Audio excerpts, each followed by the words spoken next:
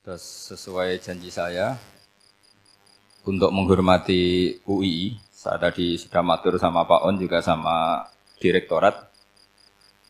UI adalah kampus yang didirikan oleh para ulama, para profesor, sehingga sudah seharusnya setiap makalah ilmiah itu ada referensinya, ada marojeknya. Dan yang dipakai di seluruh dunia, di semuanya, untuk ulumul Quran itu yang paling pokok pakai kitab Al-Itqan. Al-Itqan fi ulumil Quran, karangannya Imam Suyuti. Sebelum saya terangkan teks persisnya, itu ada sekian problem dalam memahami Quran, terutama kalau lewat terjemah. Problem itu bisa gawat betul, bukan gawat-gawatan tapi gawat betul. Misalnya ada ayat begini dan terjemahnya pasti begini. Fa'ainama tuwallu fathamma wajhullah. Kamu menghadap mana saja, di arah manapun, di sana ada ridhonya Allah. Itu kalau hanya pakai terjemah, tentu menjadikan kita sholat bisa menghadap ke timur, ke barat, ke utara, dan ke apa? Selatan. Saya cerita sedikit tentang asbabun nuzul. Memang tema sekarang tentang asbabun nuzul. Dulu Rasulullah SAW ketika di Mekah itu sholat menghadap Ka'bah. Tapi setelah pindah di Madinah, di mana Madinah itu ada komunitas Yahudi dan Nasrani, Rasulullah itu menghadap ke Baitul Maqdis, kira-kira 16 bulan. 16 sampai 17 bulan. Semua riwayat itu kisarannya hanya 16 sampai berapa? 17 bulan. Sehingga orang Yahudi itu bilang begini, Muhammad ini baiklah, meskipun dia membawa agama baru, tapi kiblatnya masih ikut kita, masih baik kan. Setelah 16 bulan, Nabi diperintahkan Allah untuk menghadap ke Ka'bah. Awal liwajaka syatrul masjidil haram. Maka orang Yahudi itu berontak. Berontaknya adalah kiblat mereka ditinggalkan. Cara berpikir orang Yahudi itu kiblat mereka ditinggal. Sehingga mereka bilang mawallahum an qiblatihimul lati kanu 'alaiha. Apa yang menjadikan umat Islam berpaling dari kiblat Baitul Maqdis. Kemudian mereka provokatif betul. Ini perlu diperjelas. Provokatif. Bilang begini. Inna Muhammadan tahayyara fi din. Muhammad ini bingung dalam beragama. Sehingga habis ngomong A, ngomong B. Habis kiblat Ka'bah, kiblat Baitul Maqdis. Sehingga dalam banyak tarikh disebutkan peristiwa kiblat itu terbanyak melahirkan orang murtad, orang yang keluar dari Islam. Gara-gara provokasi orang Yahudi, Muhammad tahayyara fi din. Muhammad itu bingung dalam menentukan pilihan apa? Beragama. Kemudian walhasil singkat cerita akhirnya Nabi itu madhep Ka'bah. Apa yang terjadi mukjizat itu adalah bahwa agama ini agama yang mewakili semua agama sebelumnya yang masih orisinil. Yaitu Nabi akhirnya berargumentasi Ka'bah adalah kiblat yang asli, yang lebih tua. Terus mereka tanya, buktinya apa? Dijawab oleh Quran, fihi ayatum bayyinatum maqamu apa? Ibrahim. Ka'bah bukti tertua adalah di situ ada makam Ibrahim. Makam itu jejak kaki. Ya kalau bahasa Indonesia makam itu kuburan. Kalau dalam bahasa Arab makom itu jejak apa? Jejak kaki. Sehingga diketahui oleh sejarah dibuktikan di situ ada jejak kaki siapa? Nabi Ibrahim. Sementara nisbatnya Baitul Maqdis itu adalah kepada Nabi Musa dan Nabi Harun. Yang ini adalah turunan dari Nabi siapa? Ibrahim. Hikmahnya apa? Begini, sebagai bukti bahwa Baitul Maqdis pernah menjadi poros Islam atau poros Tauhid, maka Nabi Muhammad pernah disuruh menghadap ke Baitul Maqdis. Buat inget-ingetan kalau ini pernah menjadi poros apa? Tauhid. Tapi tetap tua-tuaan masih tua apa? Ka'bah. Nah, kenapa tua Ka'bah tadi? Karena Ibrahim adalah Abul Anbiya, bapak dari para. Dan di situ ada jejak kakinya. Fihi ayatum bayyinatum maqam. Bukti itu belum cukup. Dibuktikan lagi bahwa Ismail kecil itu hidupnya di Ka'bah. Kita tahu sa'i bainas Shafa wal Marwah adalah karena Siti Hajar sedang mencari apa? Air. Jadi ada bukti sekian, bukti empirik bahwa Ibrahim itu kiblatnya itu Ka'bah, bukan Baitul. Sehingga ada kata-kata fihi ayatum bayyinatum maqamu Ibrahim. Nah, tanpa ngerti asbabun nuzul, kamu akan mengartikan fa'ainama tuwallu fathamma wajhuhu itu salah. Karena di situ kamu menghadap mana saja, maka di situ ada ridhonya Maka para ulama memberi catatan, maksudnya begini, kamu menghadap kemana saja, asal itu yang diperintahkan Allah, maka di situ ada ridhonya Allah. Harus seperti itu maknanya, disesuaikan dengan konteks asbabin nuzul. Tanpa seperti itu tidak bisa. Dan masih banyak lagi kepentingan tentang asbabin nuzul. Jadi problem sekarang adalah banyak mufassir yang hanya mengartikan dari terjemah. Itu bahaya sekali. Jika ada orang yang menikah secara mut'ah, itu kan mirip kayak transaksi zina. Mereka berdalil famastamta'tum bihi minhunna fa'atuhunna ujurahun. Perempuan yang sudah kamu nikmati, yang penting kamu bayar. Terjemahnya seperti itu.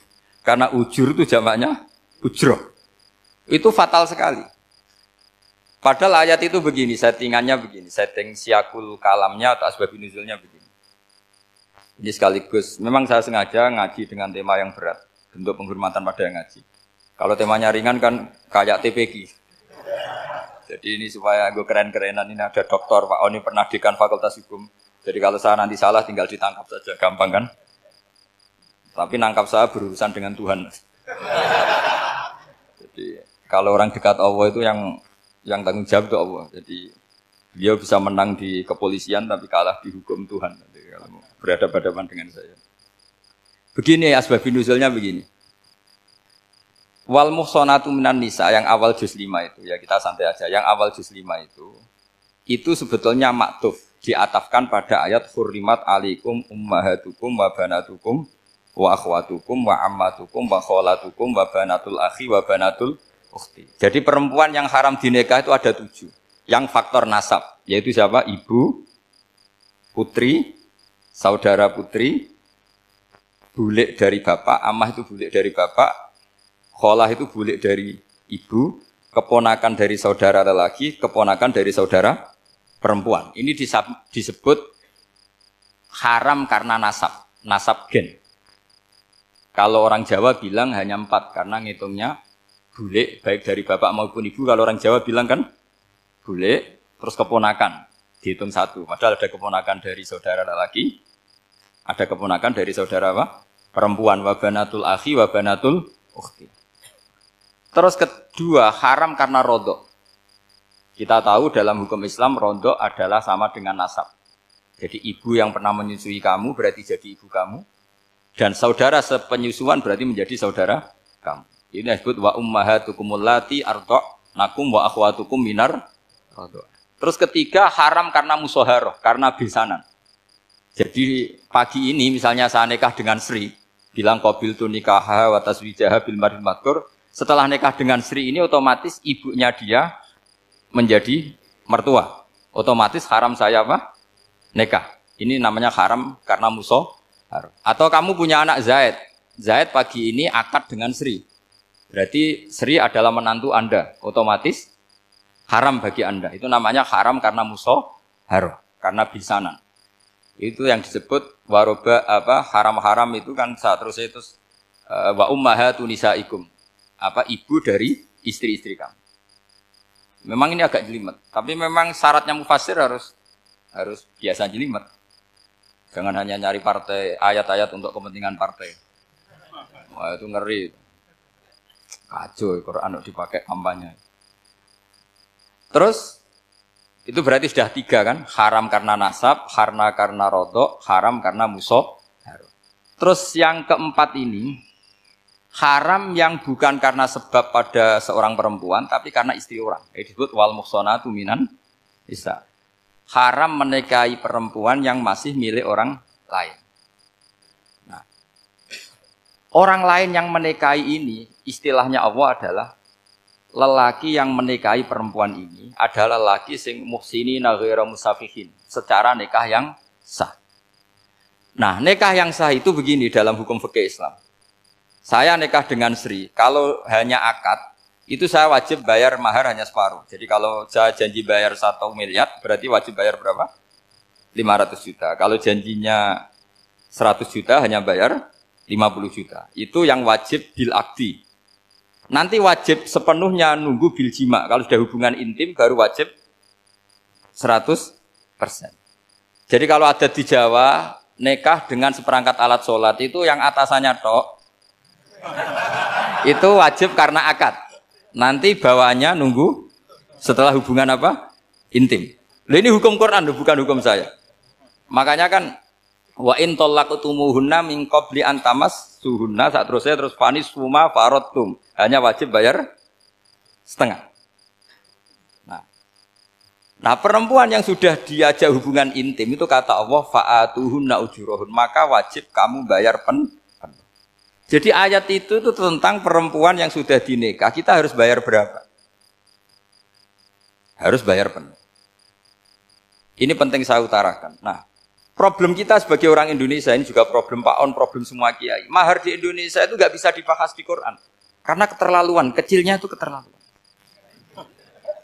Saya ini kan kiai, sering ngakatkan tuh sampai bosen, seperangkat alat sholat. Itu ngawur sekali, ini mbak-mbak harus nggak mau gitu. Saya provokasi minimal itu ya berapa? 100 juta berapa? Pantasnya berapa? Pantasnya berapa? 10 gram itu berapa nilainya? Kan 1 gram 500.000, baru 5. Ya sudah mendingan itu 10 gram. Quran itu bayangannya gini, sambil latihan, yang hafal-hafal biar latihan. Jangan dapat beasiswa karena hafal tapi nggak jelas luntrungannya. Quran tuh bayangannya gini, ini nggak mungkin Quran ini bisa dibaca di Jawa. Wa in aradtum istibdala zawji makana zawji wa ataitum ihdahunna qintaran fala ta'khudhu minhu syai'a. Jika kamu nikah sama seorang perempuan, kemudian kamu cerai, maka mahar yang sudah kamu berikan jangan ambil lagi. Karena mahar di Arab itu mahal, 100 juta, kadang mobil Alphard, kadang GMC. Sehingga setelah menceraikan tuh kebayang menarik. Kok enak, dulu saya memberikan itu kan karena dapat servisnya. Sekarang sudah saya cerai, saya tarik. Kalau mahar di Indonesia kan seperangkat alat sholat. Jadi gak kebayang ada kalimat fala ta'khudhu minhu syai'a, jangan ambil lagi. Kebayang ngambil aja enggak? Apalagi kalau nikahnya sudah 2 tahun kan sudah lusuh, sudah. Tapi kalau di Arab itu kebayang karena mahal. Makanya orang Arab suka nikah orang Indonesia karena murah. Jadi bahasa kintoron itu harta yang enggak ternilai. Wa ataitum ihdahunna kintoron. Yang enggak ternilai, mahal betul. Itu pernah saya hitung, ada yang mahar itu 400 juta, ya sekira segitu. Nah, makanya setelah dicerai, Allah memperingatkan setelah kamu kasihkan, ya jangan minta lagi. Kenapa kepikiran minta? Karena jumlahnya besar. Kalau di Indonesia kepikiran enggak minta. Enggak kepikiran, saking kecilnya. Seperangkat alat sholat, kadang 1 juta. 1 juta itu setelah hubungan intim. Sebelumnya yang wajib hanya 500. Itu kan enggak kebayang. Makanya susah ngartikan Quran di Indonesia, kadang susah karena kadang terlalu. Itu pernah Sayyidina Umar radhiyallahu anhu pernah bilang begini, wahai para perempuan, mahar itu jangan mahal-mahal, kasihan para lelaki. Itu ada perempuan alimah ya, orangnya alim betul. Meskipun nggak pernah sekolah di UI, tapi alim itu. Itu usul langsung gini, ya Amirul Mukminin, laisa dzalika laka ya Amirul Mukminin. Waqad qala ta'ala wa ataitum ihdahunna qintaran. Kamu hanya seorang Amirul Mukminin, tidak berhak bikin aturan pembatasan mahar. Allah saja tidak batasi. Kenapa kamu batasi? Sehingga dulu yang namanya nikahnya Sulaiman Agung atau Jamaluddin siapa Ratu Agung itu, kalau hadiah ya sampai tas mahal itu. Ini kan dari bahasa Arab mumtaz mahal. Mumtaz itu istimewa, mahal itu tempat. Dia punya istri yang sangat dicintai, dikasih hadiah mumtaz mahal. Terus ilat Jawa jadi apa? Tas mahal. Itu sama Mujid Ulil Albab kalah. Itu kalau cerai kan kepikiran minta lagi. Dikasihkan yang baru. Tapi kalau di Indonesia tidak mungkin karena apa tadi? Seperangkat alat sholat. Begitu nyari yang murah lagi. Yang bagus kitanya, bungkusnya yang bagus. Nah, maka nggak mungkin kita maknani Quran tanpa mengenal yang bernama asbabin. Karena makna ayat itu bisa kacau kalau kita tidak tahu asbabin. Yaitu kayak tadi makna fa'ina ma tuwallu fasamma wajhu. Itu maknanya kan kamu menghadap mana saja, boleh saja di sana ada ridhonya Allah. Berarti kan bisa ke timur, ke selatan, ke utara, ke barat. Itu bahaya betul. Sehingga kata ulama harus mengkaji asbabin supaya porsi ayat ini sampai semana jauhnya itu kita tahu. Tanpa tahu itu tidak bisa. Begitu juga menyangkut kiblat. Sekarang saya tanya, kemarin kan ramai dulu di Kemenak, kiblat semuanya diukur dengan GPS, terus beberapa masjid dikomentari salah. Karena diukur pakai apa? GPS. Kalau dalam bahasa falak disebut yaumarosdil kiblat. Memang bisa diilmun.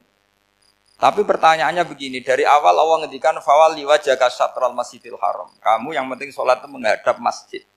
Masjid itu ya bangunan. Sehingga kata Ibnu Abbas yang diriwayatkan banyak ulama mengatakan Al-Ka'bah kiblatun li ahlil masjid wal masjid kiblatun li ahlil haram wal haram kiblatun li ahlil masyriq wal maghrib. Jadi kalau orang di dalam masjid kiblatnya harus Ka'bah. Di luar masjid kiblatnya asal bangunan Masjid Haram. Tapi di luar sini kayak di Indonesia boleh semua tanah haram. Kenapa begitu? Kata Ibnu Abbas karena Quran turun bilisanin Arabiyyim mubin. Jadi kalau orang Jogja kalau mau ke Jakarta arahnya kemana? Barat. Itu sebetulnya ketika Anda ke barat itu persis Jakarta apa bisa saja pasnya itu Pangandaran. Tapi orang itu akan bilang kalau ke barat ya ke Jakarta.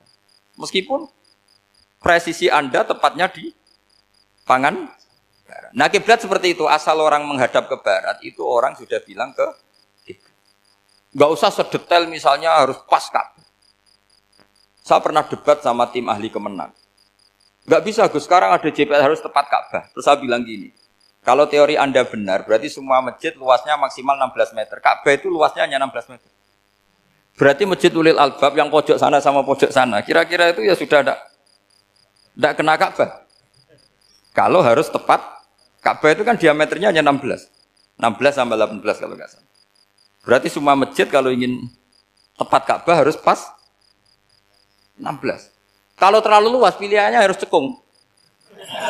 Kan jadi aneh.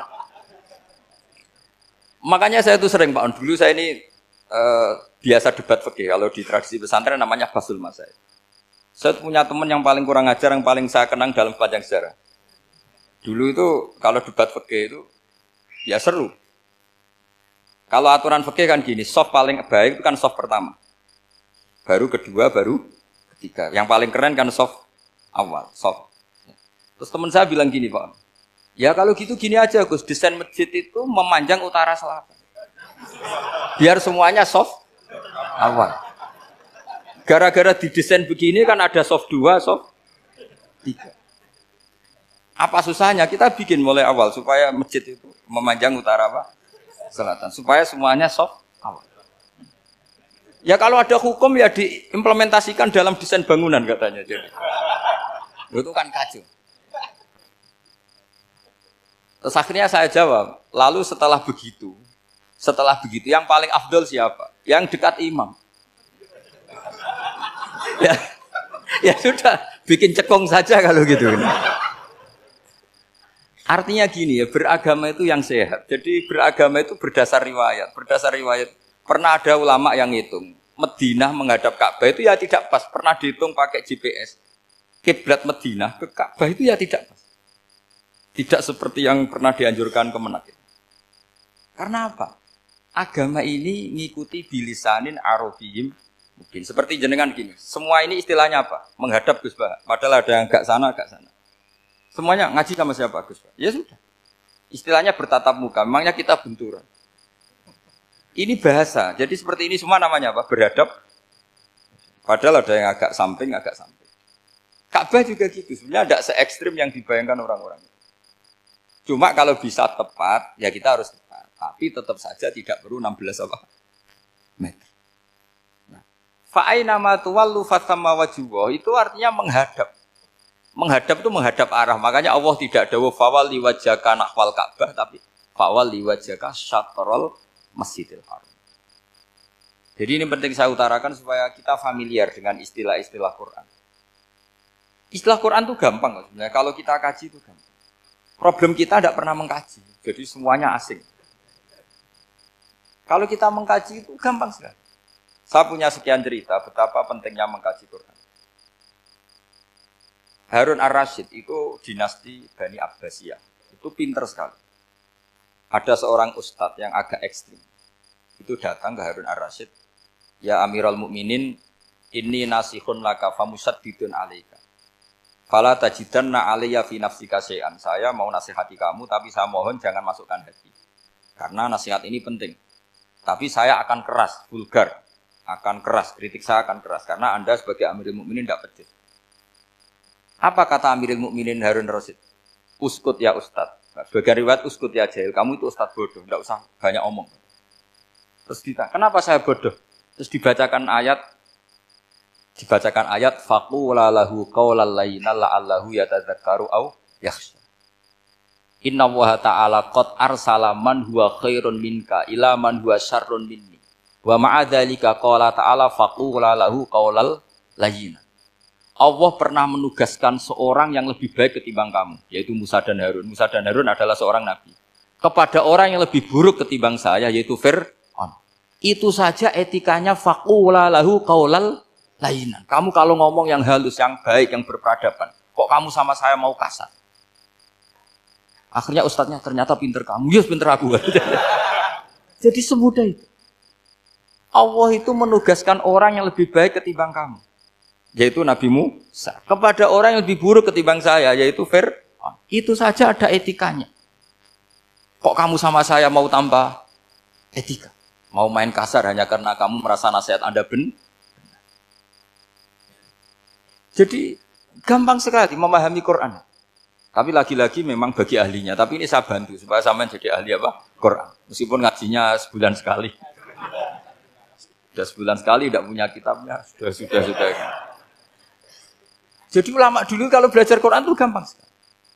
Saya berkali-kali cerita. Yang kitab saya baca di rektorat namanya Syajaratul Ma'arif. Itu kalau cerita bikin judul itu enak sekali. Babuna fil ibad bikullil bilad. Bab seseorang di mana saja hidupnya harus bermanfaat. Terus dalilnya itu hanya mengutip makalahnya Nabi Isa wa ja'alani mubarakan ainama kuntu. Ciri utama seorang nabi apa? Saya di mana-mana adanya berkahi orang lain. Jadi berkah bagi orang lain. Maksudnya tidak jadi problem bagi orang lain. Artinya kamu hidup entah di Jogja seperti Pak Ono orang Jember, saya orang Rembang. Hidup di Jogja manfaat, di Jember ya manfaat, di mana-mana manfaat. Saya pernah di Korea seminggu ya manfaat. Saudara kita TKI yang di Korea ya manfaat, di sana bikin masjid, bikin apa. Karena ngendikane Allah menceritakan Nabi Isa siapa? Wa ja'alani mubarakan ainama kuntu. Saya adalah orang yang di mana-mana berkah. Artinya manusia eksistensinya harus seperti itu, hidup di mana saja berkah. Gampang sekali memahami. Pernah Imam Syafi'i ditanya, kalau kamu nggak kehilangan air atau nggak ada air di satu daerah, cari-cari dulu. Sampai nggak ketemu. Setelah nggak ketemu air, baru kamu boleh tayamum. Imam Syafi'i ditanya, apa dalilnya harus mencari dulu? Kalau nggak ada air ya langsung tayamum saja. Kenapa harus nyari-nyari dulu? Jawabnya Imam Syafi'i itu gampang sekali. Qala ta'ala falam tajidu ma'an. Kemudian kamu tidak menemukan air. Di mana-mana tidak menemukan setelah mencari. Kalau belum mencari namanya tidak tahu. Kan ayatnya kan falam tajidu ma'an. Kemudian kamu tidak menemukan air. Tidak menemukan tuh nyari dulu apa langsung ambil sikap? Nyari dulu baru kesimpulannya tidak ketemu. Kalau belum pernah nyari namanya tidak tahu. Segampang itu ulama dulu memahami Quran karena konstruksinya utuh. Yaitu mereka tahu betul bahwa Quran itu bilisanin Arabiyim. Ketika Futuhat Syam dulu itu dikuasai tentara Romawi. Era Sayyidina Umar Futuhat. Yerusalem dikuasai tentara Islam. Itu awal Sayyidina siapa? Umar radhiyallahu anhu.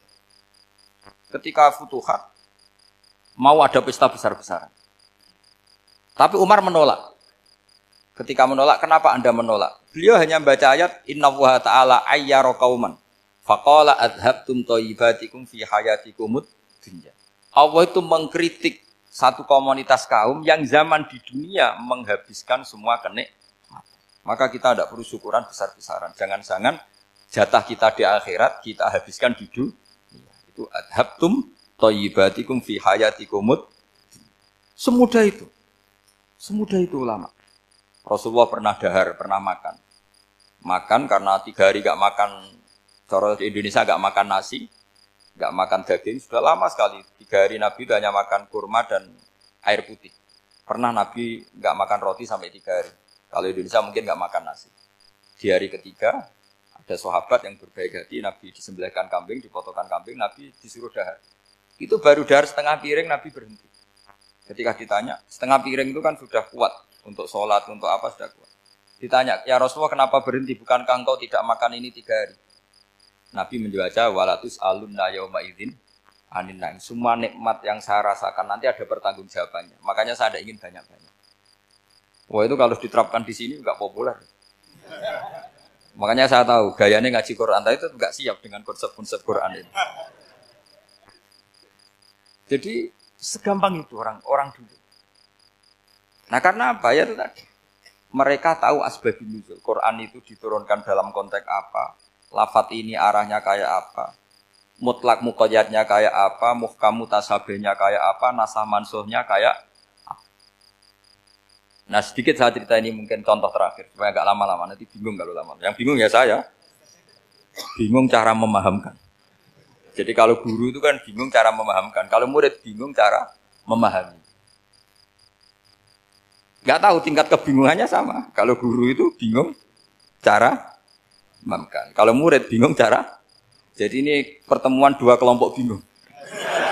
Yang satu bingung cara memahamkan, yang satu bingung cara. Kalau orang ekstremis bingung cara merusak suasana. Itu enggak benar itu. Ada loh. Rasulullah itu nabi. Itu paling pusing yang ngadepi orang-orang yang ekstrim. Karena apa? Cara berpikir itu lompatannya itu enggak tertib. Jadi Nabi itu cara berpikir itu kecerdasan nubuah. Sementara orang ekstrim cara berpikir itu kecerdasan nafsu. Bukan kecerdasan manusia. Kalau manusia masih baik nafsu. Misalnya begini kalau dalam tradisi nubuah itu. Saya dengan Pak Onu berteman lama. Mulai tahun 2000 berapa. Itu kalau Pak Onu bertamu ke saya harusnya tidak usah tak kasih makan. Karena sudah dekat. Tapi kalau kenalan baru itu dikasih makan, disangoni. Jadi Nabi itu perilakunya agak unik. Akhirnya ada orang yang cara berpikir itu dangkal. Ya Rasulullah ini tidak fair. Yang iman lama tidak diservis, yang iman baru diservis. Cara berpikir Nabi begini. Orang Ansor itu kan sering memberi Nabi. Perjuangannya Nabi ditopang orang apa? Ansor. Donatur lah, kira-kira orang Ansor itu donatur. Donatur itu keren. Karena donatur itu artinya al-yadul ulya khairum minal yadis. Sehingga ketika Nabi sudah menguasai negara, menguasai Mekah Madinah, sudah futuhat. Itu orang Ansor tetap enggak diservis. Yang diservis Nabi itu orang-orang baru masuk Islam, disebut wal mu'allafati qulubuhum atau Islam mu'allaf. Ada 1-2 orang yang protes, tentu yang enggak pinter. Tukang protes pasti tidak pinter. Wong iskal-iskalnya sendiri, otaknya enggak sampai-sampainya sendiri, orang lain disuruh jawab. Makanya di sini tidak ada tanya jawab, nanti iskal-iskal kamu sendiri, bingung-bingung kamu sendiri, saya disuruh jawab. Berarti Gus Pak nggak mau ditanya, ya memang nggak mau karena tadi jawab sendiri aja, nanti pinter sendiri, kapan-kapan pinter sendiri. Akhirnya tanya begini, cara tanya gini, ya Rasulullah, ini nggak fair. Orang sudah Islam lama setelah negara terbuka milik Anda, setelah kita menang, setelah kita menguasai negara, tidak kamu servis. Sementara yang baru Islam kamu. Nabi itu bertanya senyum-senyum, rileks saja. Lama-lama tambah ekstrim pertanyaannya. Kata Umar, ya Rasulullah saya beri izin untuk membunuh orang ini. Umar itu pikirannya karena mangkel lo Nabi. Nabi jangan. Kalau kamu bunuh nanti apa kata orang banyak? Inna Muhammad dan yaqtulu ashabah. Dikira Muhammad membunuh sahabatnya sendiri. Nabi masih mendengar. Komplainnya masih dengar. Lama-lama Nabi memberi penjelasan. Kamu ini orang Ansor. Kamu biasa memberi saya, memberi dana perjuangan. Memberi itu hebat. Saya tidak ingin menurunkan grade Anda. Grade sebagai pemberi, berarti kelasnya elit. Sekarang menjadi penerima. Itu tidak bagus. Itu betapa Rasulullah ini namanya kecerdasan nubuah. Kalau orang biasa memberi, biar memberi saja. Supaya dia tetap heroik, tetap patriotik, tetap keren. Karena mentalnya pemberi. Jangan sampai dari mental memberi, kemudian mentalnya peminta. Jadi kalau Pak On jadi tim suksesnya Pak Jokowi itu ya tidak minta-minta.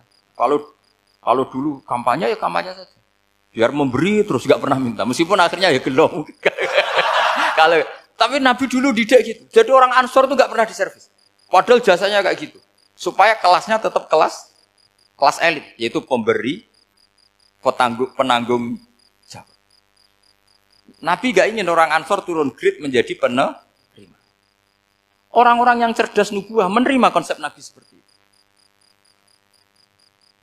Lo tanya sama Pak On, saya dadani terjemahan UI itu puluhan tahun sama Pak Jun. Itu beliau ke kontrakan saya ke rumah beliau. Itu tidak pernah berharap apa.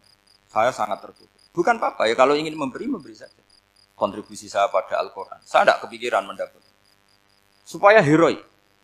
Tapi orang-orang yang cerdas tadi, cerdas amatir tadi, ini nggak fair. Wong yang memberi lama kok dapat servis sedikit. Nah, sekarang itu problem zaman akhir sudah mulai seperti itu. Nah, orang ini namanya Dzul Khuwaisirah. Ini yang nanti punya anak turun Khawarid. Khawarid itu orang yang ibadahnya hebat, tapi cara berpikir tentang buah salah. Kalau orang lagi Khawarid itu orang ibadahnya hebat, tapi cara berpikir nubuah salah. Nubuah itu unik. Nubuah itu cara berpikir tadi. Apa ya? Melihat sesuatu yang benar biar benar terus. Gitu. Yaitu tadi, mental memberi itu ya biar memberi terus, tidak usah di-share. Maka ketika Abu Bakar jadi Khalifatul Rasulillah, itu ada sistem kepegawaian. Itu gajinya Umar yang sudah Islam lama, gajinya Abu Bakar yang sudah Islam lama. Itu sama Abu Sufyan sama, padahal Islamnya Abu Sufyan baru setelah Fatih Mekah, kira-kira baru setahun. Terus diprotes sama orang-orang, ini Islam lama kok gajinya sama Islam yang baru setahun kok sama. Kata Abu Bakar, fadha'iluhum indallah. Mereka punya kelebihan Islam lama itu indallah. Nanti balasannya biar surga.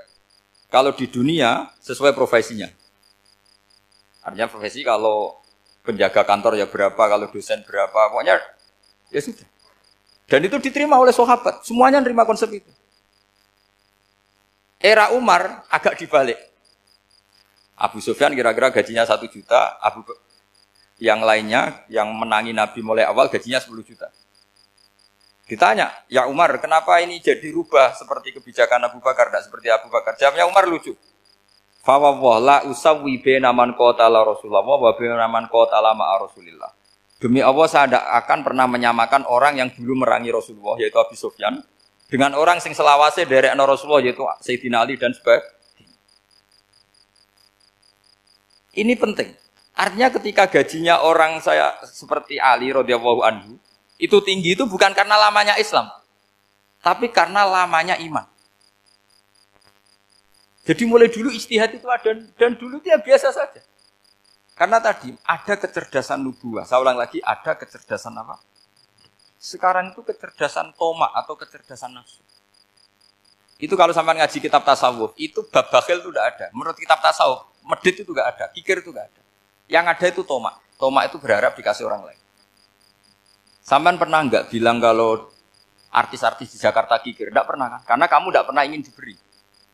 Tapi kalau kamu punya pacar karena kenal enggak pernah ditraktir, oh pacar saya kikir. Karena kamu ingin diberi. Pernah enggak kamu ngukumi orang lain kikir yang enggak kenal? Padahal enggak pernah memberi kamu. Apa Kak? Karena kamu enggak pernah ini. Coba sekarang kamu saya tanya, ini latihan cerdas. Definisi kikir itu apa coba? Enggak pernah memberi kamu kan? Artis-artis Jakarta, tokoh-tokoh nasional pernah enggak memberi kamu? Enggak kan? Tapi enggak pernah kamu vonis kikir. Karena kamu enggak pernah tomak. Tapi pacar kamu, kok amen ditraktir terus? Atau istri kamu, atau mertua kamu, kok enggak ngasih warisan, kamu bilang kikir enggak? Sebabnya kikir betul apa karena kamu tomak, berharap? Tomak. Maka di kitab tasawuf itu enggak ada bab kikir, yang ada bab tomak. Karena asal usul menvonis orang kikir itu karena tamak. Maka jangan banyak kenal orang, nanti banyak hukum kamu kan. Sombong juga gitu, di tasawuf itu enggak ada bab sombong. Karena orang hukumi orang lain sombong itu karena kamu ingin dihormati. Ada orang enggak kenal, terus lewat saja enggak tanya kamu bilang sombong enggak? Enggak kan? Tapi kalau kenal, oh sombong betul, kenal enggak tanya kan gitu. Jadi tasawuf itu sisi unik dari khazanah Islam. Makanya di tasawuf itu enggak ada kritik terhadap kikir. Ya tentu kikir itu buruk, pasti ya kikir itu buruk. Tapi enggak perlu dikritik. Jangan-jangan yang salah kamu. Mau kenal Pak On di PPAI terus ingin jadi sekretarisnya. Terus ingin kenal Pak Jokowi ingin jadi menterinya. Nanti kenal rektor ingin jadi pegawainya. Ketika enggak diturutin bilang Pak Rektor kikir. Tapi orang lain ya Kak pernah berharap. Mungkin enggak menvonis Pak Rektor atau Pak On ini kikir. Enggak kan? Berarti vonis kikir itu status orang itu apa enggak kesampaian niat kamu? Memang agak jelimet ilmu tasawuf itu, tapi itu unik. Itu bagian dari khazanah apa? Islam. Makanya Rasulullah itu sering isti'adah minta perlindungan wa min toma'in fi ghairi matma'in. Ya Allah, saya tidak ingin berkeinginan yang tidak layak. Karena semua dunia ini dimulai dari keinginan. Coba kamu protes negara itu karena apa? Ingin makmur sejahtera tanpa kerja sehingga nyalakan menteri keuangan, menteri ini itu.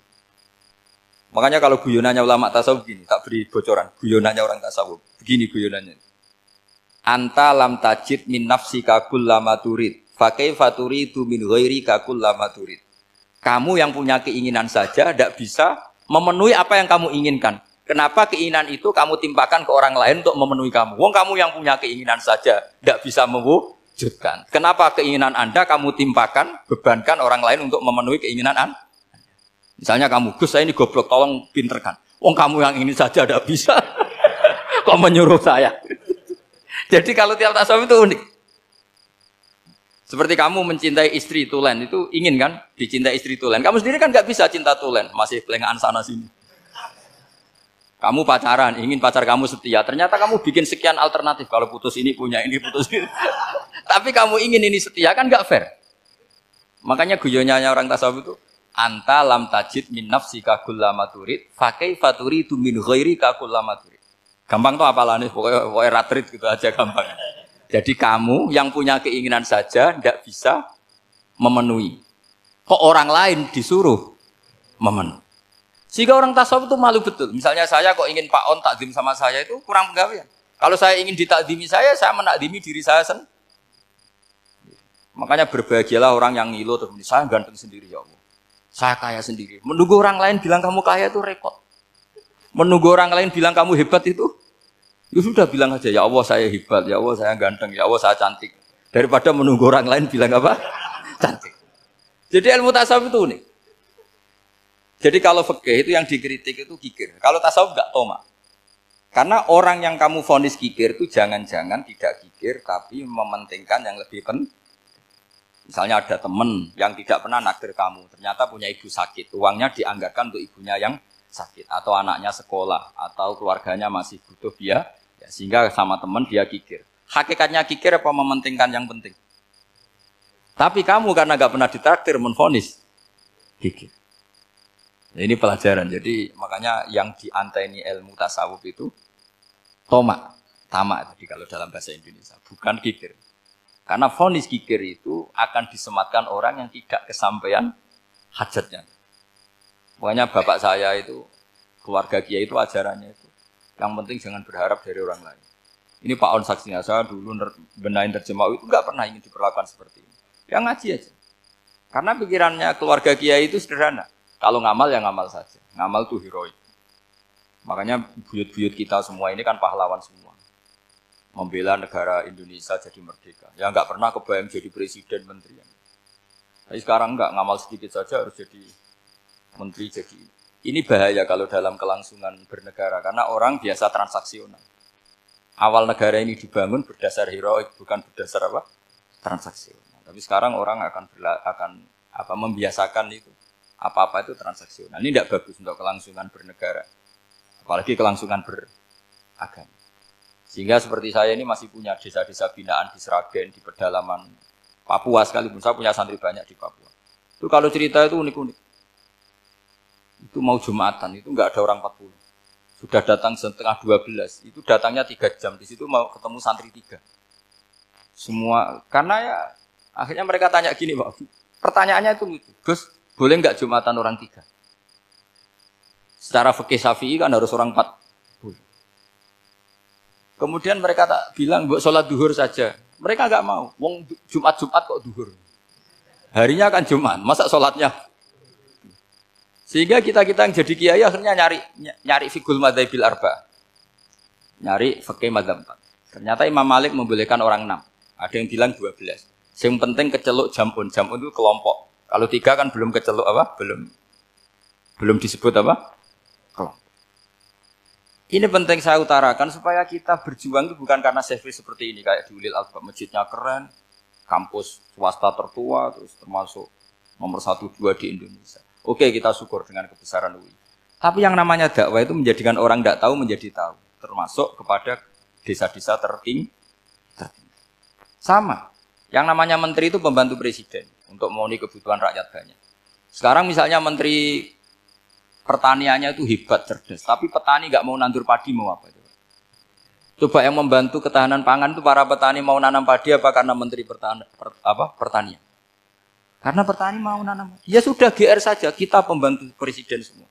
karena ikut menyumbangkan ketahanan pangan. Tapi kamu kan nggak digaji, kita keren, ngamal tambah harap gaji. Ini ini penting supaya Anda itu nggak hati kecil gitu, ikut menyumbang negara tanpa ingin dapat gaji. Keren nggak? Nah itu nubuah. Apa? Nubuah. Orang Ansor itu seperti itu. Sehingga ketika Rasulullah wafat dan ada kompetisi kepemimpinan, itu orang Ansor gak ikut. Sudah kita makmum saja, silahkan dibagi di saking baiknya orang Ansor. Nah, makanya saya ulang lagi ya. Kecerdasan nubuah ini yang gak difahami orang Khawarij. Orang Khawarij cara berpikir yang kerja banyak harus dapat banyak. Sementara kecerdasan nubuah enggak. Yang biasa memberi terus memberi saja biar derajatnya tetap al-yadul ulya.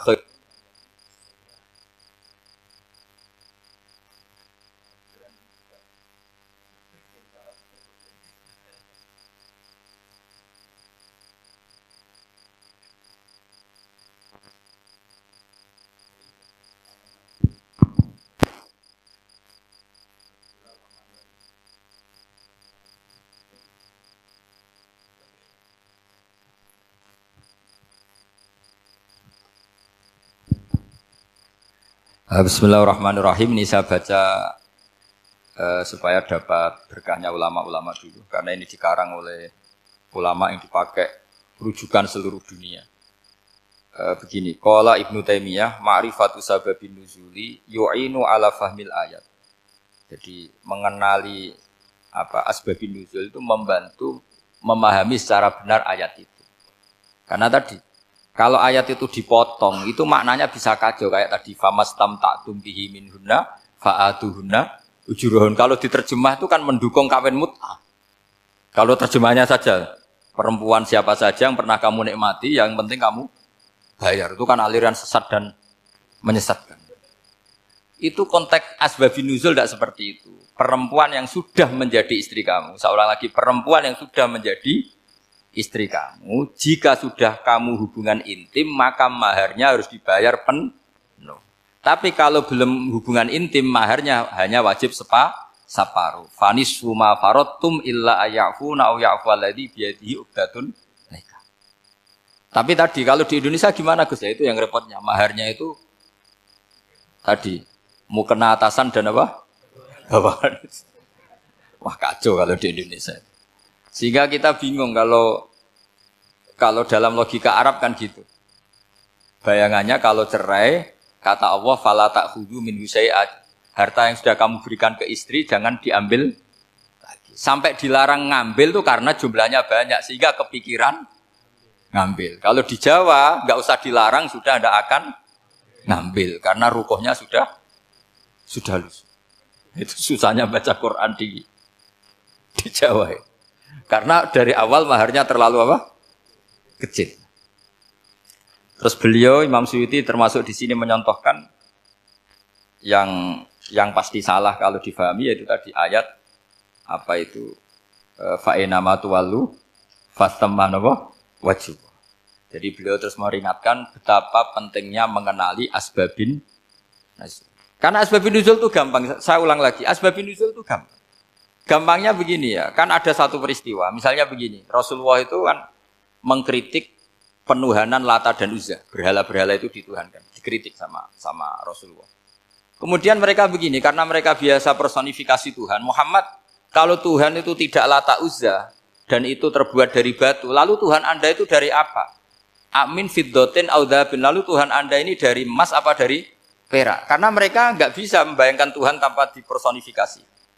Terus Allah menurunkan qul huwallahu ahad, Allahus somad, lam yalid wa lam yulad wa lam yakul lahu kufuwan ahad.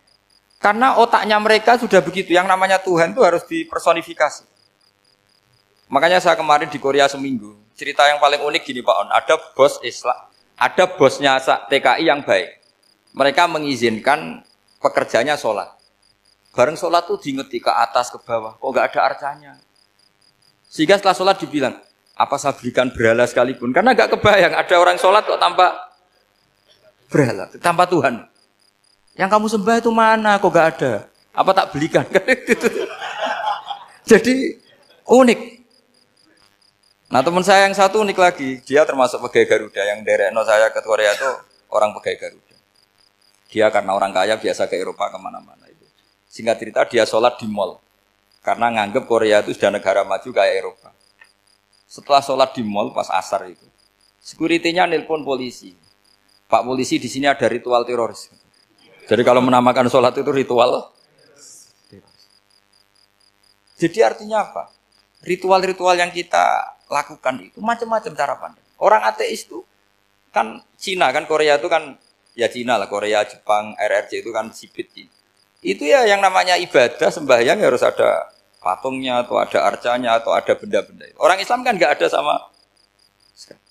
Makanya mereka itu kok bisa? Problemnya kita, saya ulang lagi, ini problemnya. Problemnya kalau ada itu ya repot. Begini misalnya, ini masih tentang asbabun nuzul. Ini contoh terakhir, tentang masih asbabun nuzul. Umar radhiyallahu anhu, sahabat Umar itu kalau mencium Hajar Aswad itu sambil gedumel. Tidak berdoa, tapi gedumel. Masyhur. Itu ada di Bukhari. Alim tu annaka hajarun la tadur wa la tanfa. Walau la anni ra'aitu Rasulullah qabbalaka ma qabbaltuka. Saya tahu loh. Nyium Hajar Aswad dicium, tapi sambil gedumel. Saya tahu loh, kamu hanya batu, enggak mandoroti, enggak manfaati. Kamu jangan GR, saya cium itu jangan GR. Kalau saja saya tidak melihat Rasulullah mencium kamu, maka saya ada sudi nyium kamu. Dah gitu aja. Terus itu tiap nyium Hajar itu tidak doa. Kalau kamu kan enggak minta kaya, minta macam-macam. Kalau Umar malah gitu. Nah, kenapa demikian? Itu ada asbabun nuzulnya. Umar itu saksi sejarah. Ketika Rasulullah Fathi Mekah, Nabi kan tawaf terus mencium Hajar. Itu di belakang masih banyak orang kafir. Kebetulan Umar masih di sana. Sudah Islam Umar, tapi dia di belakang. Dengar orang-orang kafir, Muhammad itu tua aneh. Katanya melarang nyembah batu. Ternyata dia nyembah batu. Jadi Nabi nyium Hajar Aswad itu dikira nyembah. Katanya ngelarang nyembah batu, tapi dia kok nyembah batu. Karena Nabi mencium Hajar Aswad. Nah karena untuk menghilangkan stigmasi itu, Umar tiap nyium Hajar Aswad ngomong gitu. Ada kan ada sound system, mungkin jadi sound system. Supaya jelas bahwa penciuman ini bukan karena menyembah. Artinya mudah sekali kenapa Umar ngomong gitu. Karena asbabun nuzulnya seperti itu. Coba kalau kamu tidak tahu asbabun nuzul, Umar maksudnya gimana? Gak doa, gak apa kok malah ngomong gitu kan. Tapi kalau kamu tahu asbabun nuzul Umar itu yang mendengar komentar orang sama ketika kita tawaf itu kan 3 pertama kan kita lari-lari kecil.